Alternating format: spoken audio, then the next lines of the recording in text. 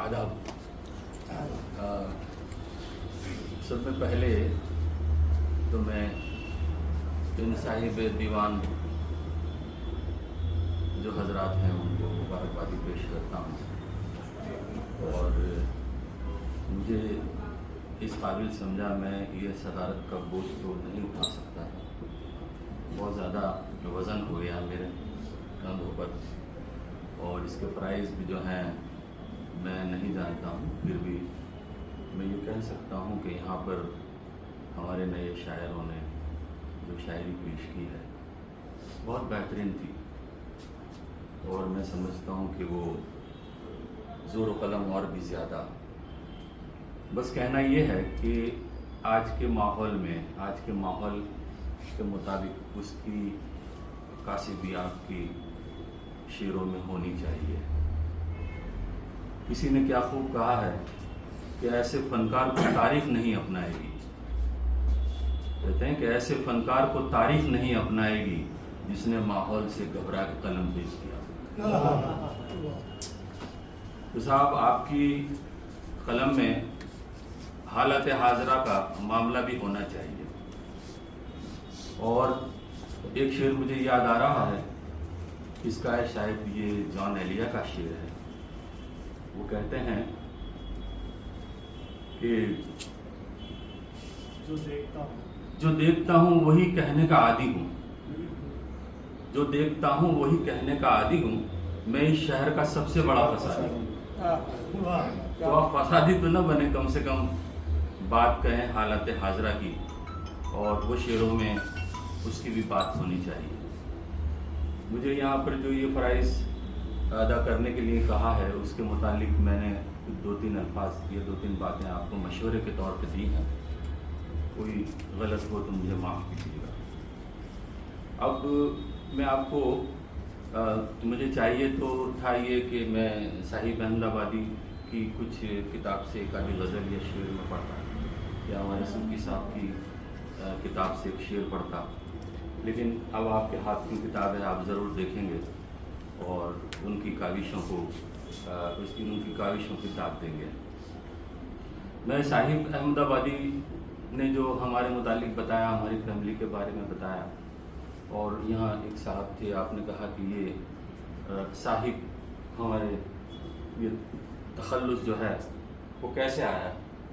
तो मैं आपको बताऊं कि हमारे वालिद मोहतरम जनाब रहमत अमरुवी विद्यापीठ में पढ़ाते थे और जब हम पैदा हुए, हम छोटे ही थे, थोड़ी समझ में आई तो हमसे उन्होंने ये कहा कि बेटा हम तुमको इशरत साहब कहकर पुकारते हैं। हमारे एक भाई थे, उनको भी साहब कह के पुकारते थे। आप ऐसा कोई काम मत करना जो मतलब ये नाम को बिगाड़े। क्या बात है। उन्होंने बचपन से ही आपको साहब बना दिया। तो जो हालात देखो उसके बारे में अपना तबसरा करना, खामोश मत रहना। मुझे अफसोस है कि मैं जब इस दीवार के ऊपर ये देखता हूँ, यहाँ पर लिखा हुआ है कि ये केंद्र सरकार और स्थानीय सरकार की बात न करें तो क्या कहें, फिर जमहूरियत किसको कहते हैं? फिर जमहूरियत किसको कहते हैं? अरे साहब अफसोस की बात है, ये गुजरात गवर्नमेंट में एकेडमी ने एक शायर से अपने पैसे वापस ले लिए जब उसके दो शेर थोड़े से अपने ख्यालात उसने पेश किए थे सरकार के मामले को लेकर। वही तो शायरी है, वरना शायरी का क्या मतलब है? प्यार, मोहब्बत, इश्क, पहाड़, झरने और इनका जिक्र करने के साथ साथ आपको ये भी बतलाना चाहिए कि हालात क्या है। अब मैं अगर इजाज़त हो तो कुछ शेर पेश कर रहा हूँ। तुम भी सदर हो यार, तुम भी सदर हो।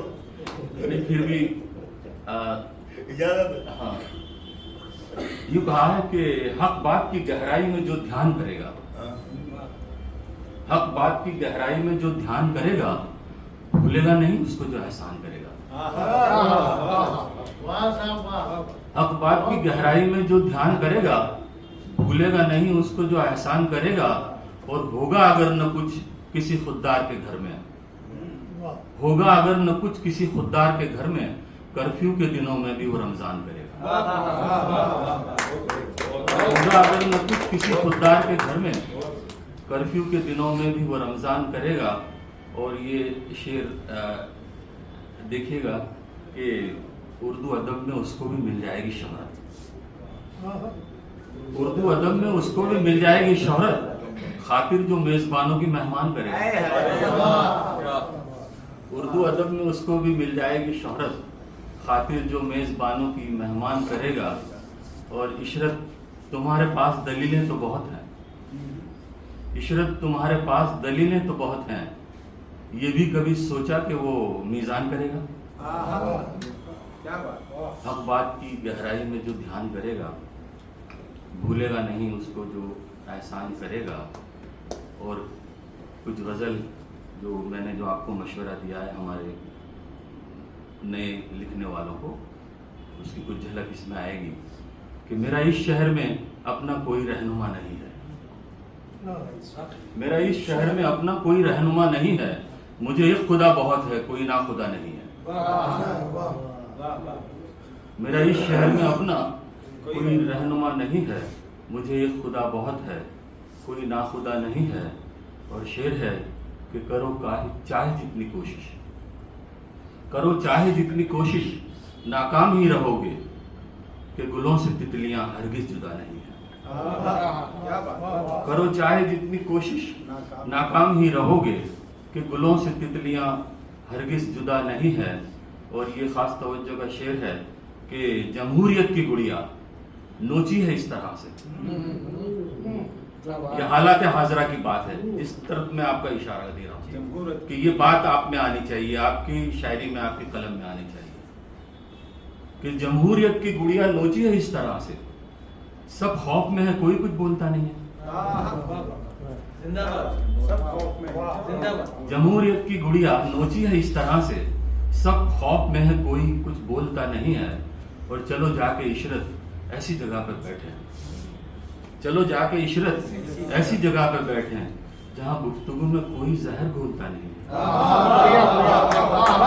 चलो जाके इशरत ऐसी जगह पर बैठे जहां गुफ्तगू में कोई जहर घोलता नहीं है। बस मैं इतना कहकर इन दोनों भाइयों को मुबारकबादी देता हूँ। और इनकी ये पहला मजमा और हमारे साहब का तो मेरे ख्याल में ये पहला ही है, इश्क भी आपका पहला है। मैं आपको बहुत बहुत मुबारकबाद पेश करता हूँ।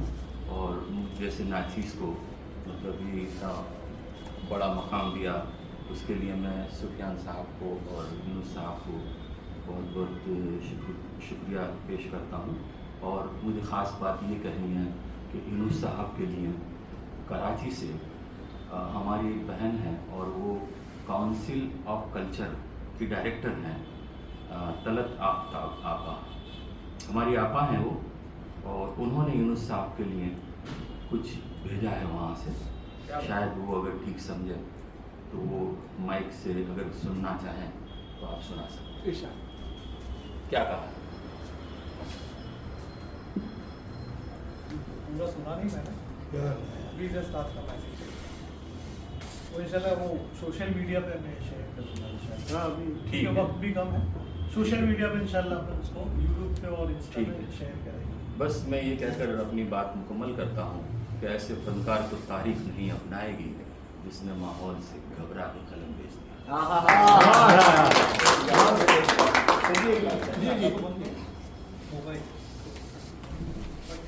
तो मैं मुखी हो रहा हूँ आप लोगों के घर में।